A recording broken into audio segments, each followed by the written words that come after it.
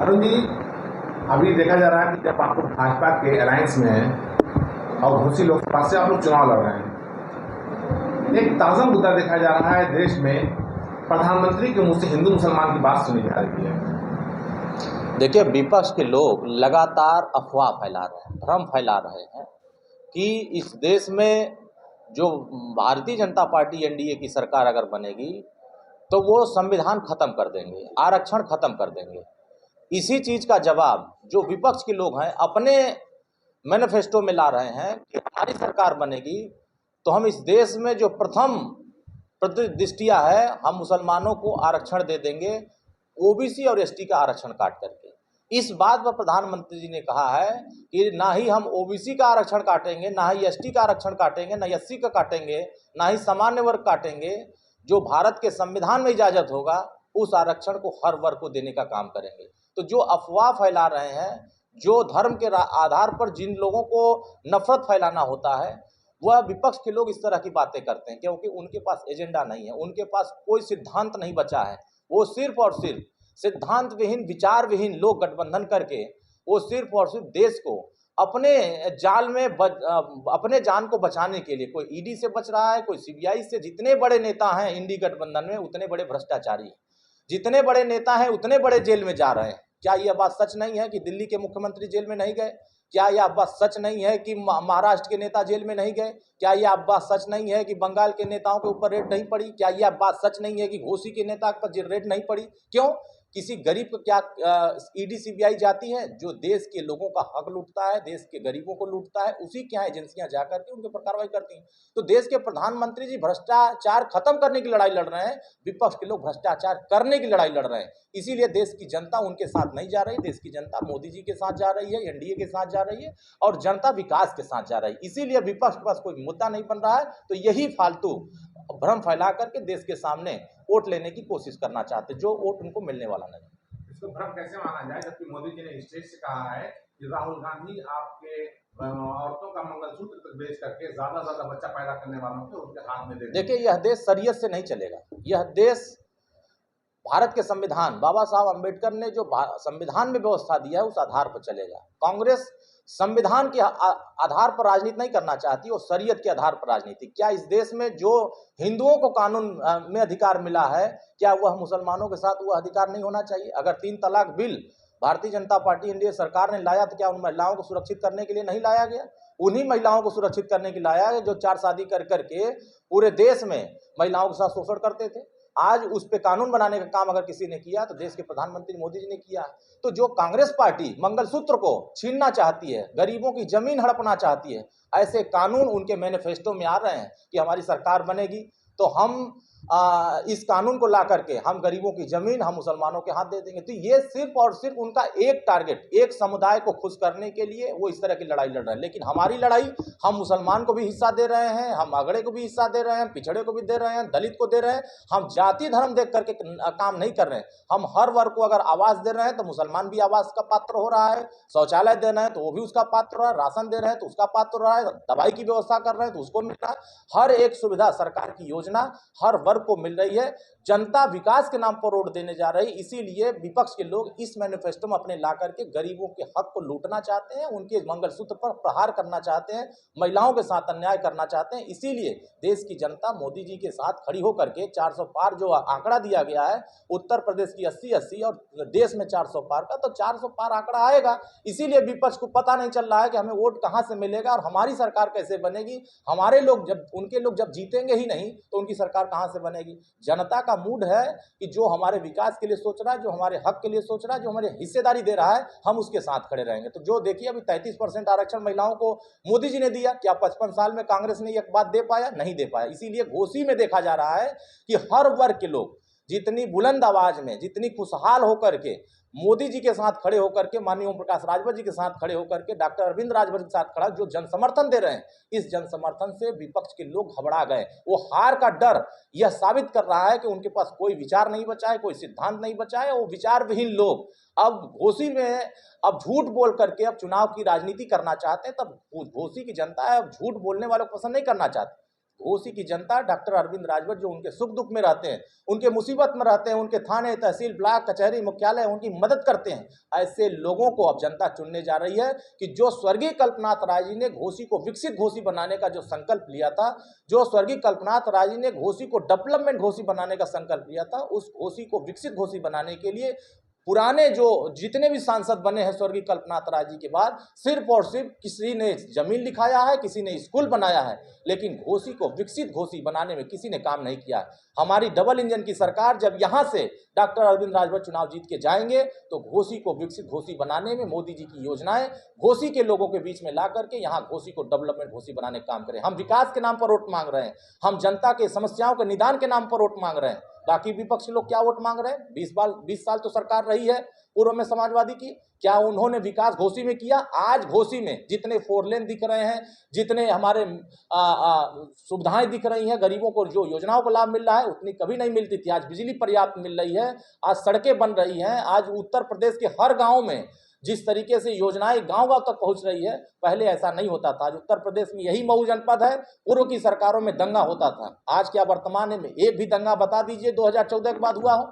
योगी जी की सरकार में एक भी दंगा हुआ? दंगा नहीं, आज दंगा युक्त सरकार चल रही है, कानून का राज की सरकार चल रही है। इसीलिए उत्तर प्रदेश में सभी लोगों ने ठाना है मोदी जी को तीसरी बार प्रधानमंत्री बनाना है और घोसी में छड़ी को भारी बहुमत से जिता करके डॉक्टर अरविंद राजभर को दिल्ली की पंचायत में भेजने का जो संकल्प घोसी के लोग लिए हैं, मुझे लगता है कि सबसे ज्यादा मतों से घोसी की जनता जिता के भेजेगी, क्योंकि उनको भी पता चल रहा है कि युवा प्रत्याशी है, पढ़ा लिखा प्रत्याशी है, जनता के बीच में अपनी बात को मजबूती से देश के प्रधानमंत्री जी के सामने रखने वाला प्रत्याशी है। वहां उनके प्रत्याशी क्या जीत सकते हैं? अगर वो जीत भी जाएंगे तो उनकी सरकार नहीं बनने वाली है। ये भी सच है, जिसकी सरकार होगी वही विकास करा पाएगा, जिसकी सरकार नहीं है वो डफली बजाता रह जाएगा, कुछ नहीं कर पाएगा। तो जनता को यह भी पता है कि तीसरी बार प्रधानमंत्री बनेंगे और डॉक्टर अरविंद राजभर चुनाव जीतेंगे तो घोसी में मोदी जी के साथ ही मिल करके घोसी को विकसित घोसी बनाने में कारगर साबित होंगे। एक आखिरी सवाल, देखा जाए 50 वर्षों से टीकाकरण का काम होता है, पोलियो का टीका आया और टीबी का टीका आया, रेबीज का आया, यहाँ तक कि बहुत सारे टीके आए और सारे टीकों में कहीं मरने की शिकायत नहीं आई। लेकिन जो कोविशील्ड टीका लगा है, जिसका प्रधानमंत्री महोदय प्रचार करते थे और सर्टिफिकेट पर उनकी फोटो भी छपती थी, तो अब फिलहाल उनकी फोटो हटाने का आदेश हो गया है, फोटो हट रही है और उससे कोविशील्ड कंपनी ने माना है कि उनकी बनाई हुई दवा से ब्रेन हैमरेज और हार्ट अटैक के चांसेस ज्यादा हैं और लोग मर भी रहे हैं। देखिए, ये अफवाह फैलाए जा रहे हैं, पूर्व में भी अफवाह फैलाए गए कि ये मोदी जी की वैक्सीन है, तब किसका अपमान किया गया? वैज्ञानिकों का अपमान किया। हाँ, ठीक बात है, देश के प्रधानमंत्री हैं, अगर देश के वैज्ञानिक अगर उस चीज का रिसर्च कर रहे हैं तो वो भारत के प्रधानमंत्री है, किसी पार्टी के प्रधानमंत्री नहीं है। कोरोना अगर सही हुआ तो मोदी जी के ऊपर पूरा चलेगा कि उनकी वजह से खत्म हो रहा है और उसके कोरोना की वैक्सीन से लोग मर रहे हैं, तो उसका जिम्मेदार कौन होगा? जिस समय गरीबों की सेवा करना था, विपक्ष के लोग कमरे में बैठ करके रजाई ओढ़ करके सो रहे थे, तब उस समय कोई मदद कर रहा था गरीबों की, देश के लोगों की मदद कोई कर रहा था तो एनडीए के लोग मदद कर रहे थे। उनको सुरक्षा दे रहे थे तो एनडीए के लोग मदद कर रहे हैं, उनको राशन पहुंचा रहे थे तो एनडीए के लोग मदद पहुंचा रहे थे, अगर उनको दवाइयां पहुंचा रहे थे तो एनडीए के लोग मदद कर रहे थे, दवाइयां पहुंचा रहे थे। उस समय जिस तरह महामारी थी वो इस युग में हम लोगों ने देखा है। अगर उससे निजात पाने के लिए किसी ने मेहनत किया तो हमारे देश के वैज्ञानिकों ने मेहनत किया। अगर वैज्ञानिकों को अपमानित करने किसी ने काम किया तो समाजवादी पार्टी के नेताओं ने किया। लेकिन आज सवाल इस बात का है कि चाहे वो ब्रेन हैमरेज का मामला हो, चाहे वो हार्ट अटैक का मामला, क्या इससे पहले हार्ट अटैक नहीं होता था? क्या इससे पहले ब्रेन हैमरेज नहीं होता था? 10 लाख लोगों को अगर कोविशील्ड का वैक्सीन लगा है तो 10 लाख में सिर्फ 6-7 लोग क्यों मर रहे हैं? मरना चाहिए संख्या 4 लाख 5 लाख की होनी चाहिए। अगर इस तरह के लोग कर रहे हैं, जो भी इस बात को कह रहा है, वो अफवाह फैला रहा है, वो अफवाह फैला करके उसको चुनावी मुद्दा बना रहा है, जबकि इस मुद्दे पर उनको चुनाव में वोट नहीं मिलने वाला है। देश के प्रधानमंत्री जी देश के सामने इस बात को कह रहे हैं कि जो भी वैक्सीन लगाया है किसी प्रकार कोई खतरा नहीं है। अगर खतरा होता तो बड़े बड़े एजेंसियां लगी थी सर्वे करने के लिए, रिसर्च करने के लिए। देश विदेश के तमाम लोगों ने इसको माना कि जो कोविशील्ड भारत में बना है, निर्मित हुआ है, वो दूसरे देशों ने लोग मंगा करके उसको टीका लगवाया। क्या दूसरे देशों में इस तरह खबर नहीं आ रही है? आना चाहिए, लेकिन वो कहाँ आ रहा है? ये 4-6 घटनाएं आई। यूके में ये खबर आ रही है, यूके कोर्ट ने उसको जुर्माना भी लगाया है कंपनी पर।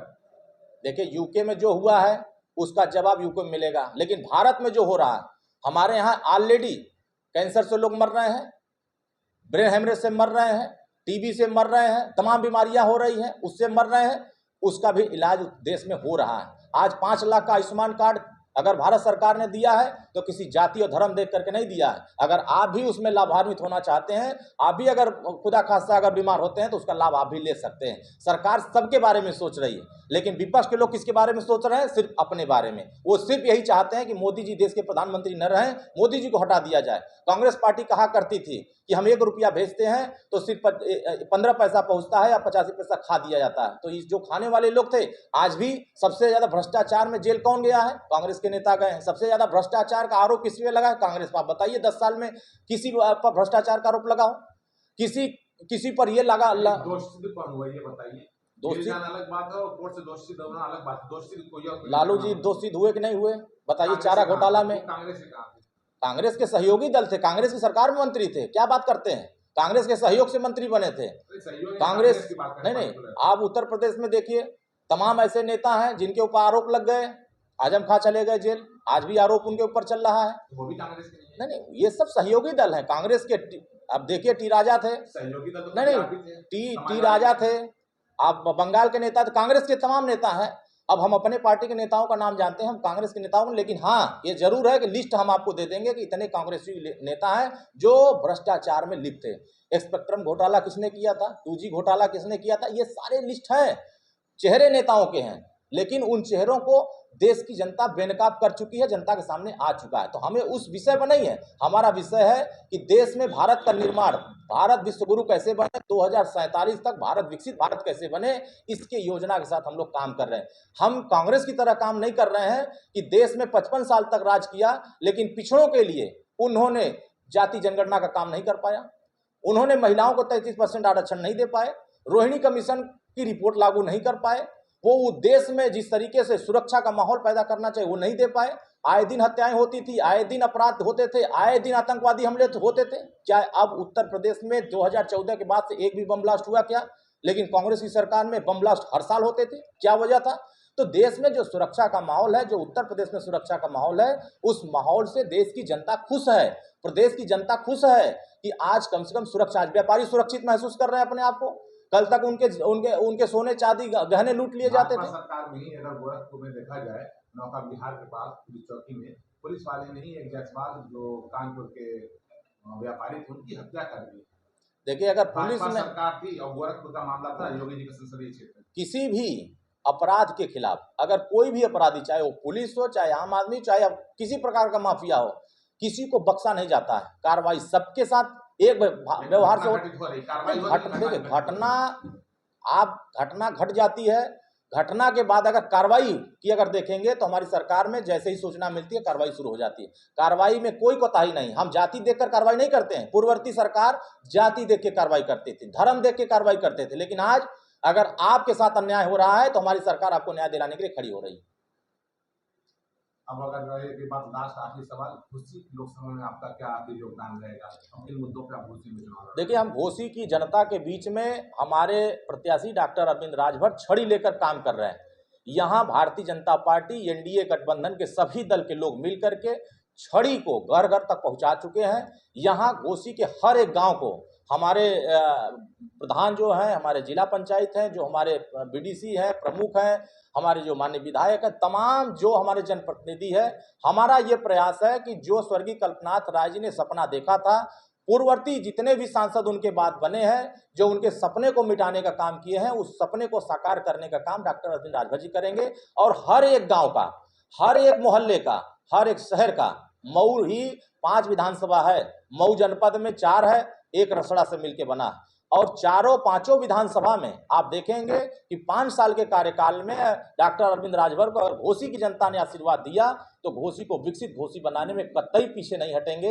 हर एक क्षेत्र में विकास करेंगे, हर एक गांव में विकास करेंगे, हर एक मोहल्ले में पहुंचाएंगे, चाहे वो नाली का हो, खड़ंजा का हो, इंटरलॉकिंग का हो, चाहे सीवर का हो, चाहे पानी का हो समस्या, चाहे शिक्षा का समस्या, चाहे रोजगार का समस्या हो, चाहे वो बिजली की समस्या, चाहे कोई भी समस्या, घोसी लोकसभा के क्षेत्र के हर एक समस्या का निदान छड़ी करेगी। जैसे देश में गांधी जी ने छड़ी से देश को आजाद कराया था, वैसे ही घोसी को विकसित घोसी बनाने के लिए, घोसी को डेवलपमेंट घोसी बनाने के लिए छड़ी हर एक बेसहारा का सहारा बन करके उनके बीच में काम करेगी और उनको निदान के लिए भरसक प्रयास करके उनको विकास की मुख्य धारा में लाने का कोशिश करेगी।